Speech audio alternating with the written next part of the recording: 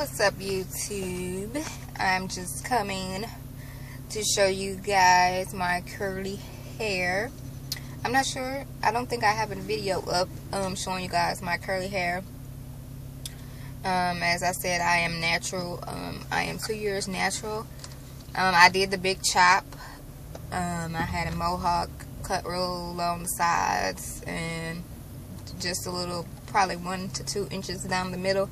So I did the big chop. I did transition. I didn't really transition. I just, when I had a relaxer, I didn't really get relaxers that often, just because I knew the damage that relaxers do to your hair as far as the processing and how soon you're supposed to get a relaxer. It's every 4 to 6 weeks, so I would double that time before I get a relaxer, and even longer than that. I would go even longer than that. So when I did the big chop, I hadn't had a relaxer in 4 months, so I really didn't transition. I just cut, and I had I probably had 3 inches. Yeah, I had about 3 inches because I had like a little curly fro, and then I went and got a cut into a mohawk. And now I am 2 years. I have experienced my heat damage situation, cried because I had flat ironed my hair before, probably 2 times before the heat damage had happened.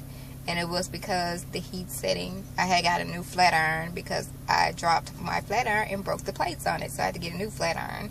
And the flat iron that I had got was from, I believe it was Marshall's. And I didn't know the brand. I didn't know what to expect from it. So the heat setting was too high, and I let my mom flat iron my hair because I didn't want to do the back. So, and that's where I experienced my heat damage. As I've told you guys, I showed you guys my hair when it was straightened and the short part from the heat damage, and I just went ahead and cut it. I did leave it just straight for a little while, but it wasn't working because I wanted to do wash and go. Protective styling was working a little bit, but not, too much. So I went ahead and cut it, and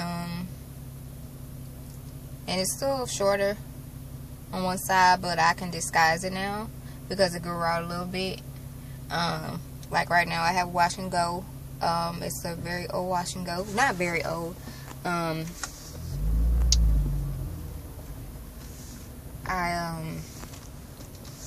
washed my hair on Saturday, and that's when I had my wash and go. So from Saturday, and today is Tuesday, so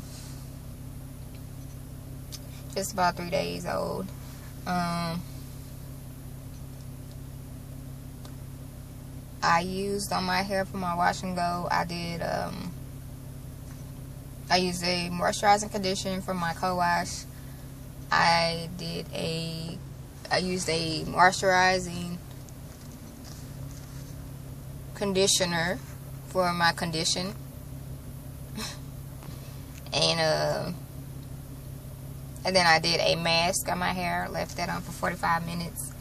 And then I rinsed that out, and then I rinsed my hair with olive oil as well. And then I went into my styling. I put more olive oil on my hair.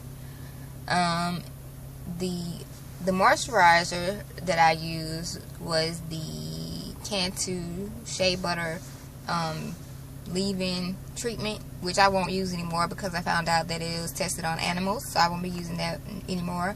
I wasn't really using it. That was my first time using it as my moisturizer. I was using it on my daughter's hair. My husband actually had it, and I seen it under the cabinet. He wasn't using it, so I decided to use it.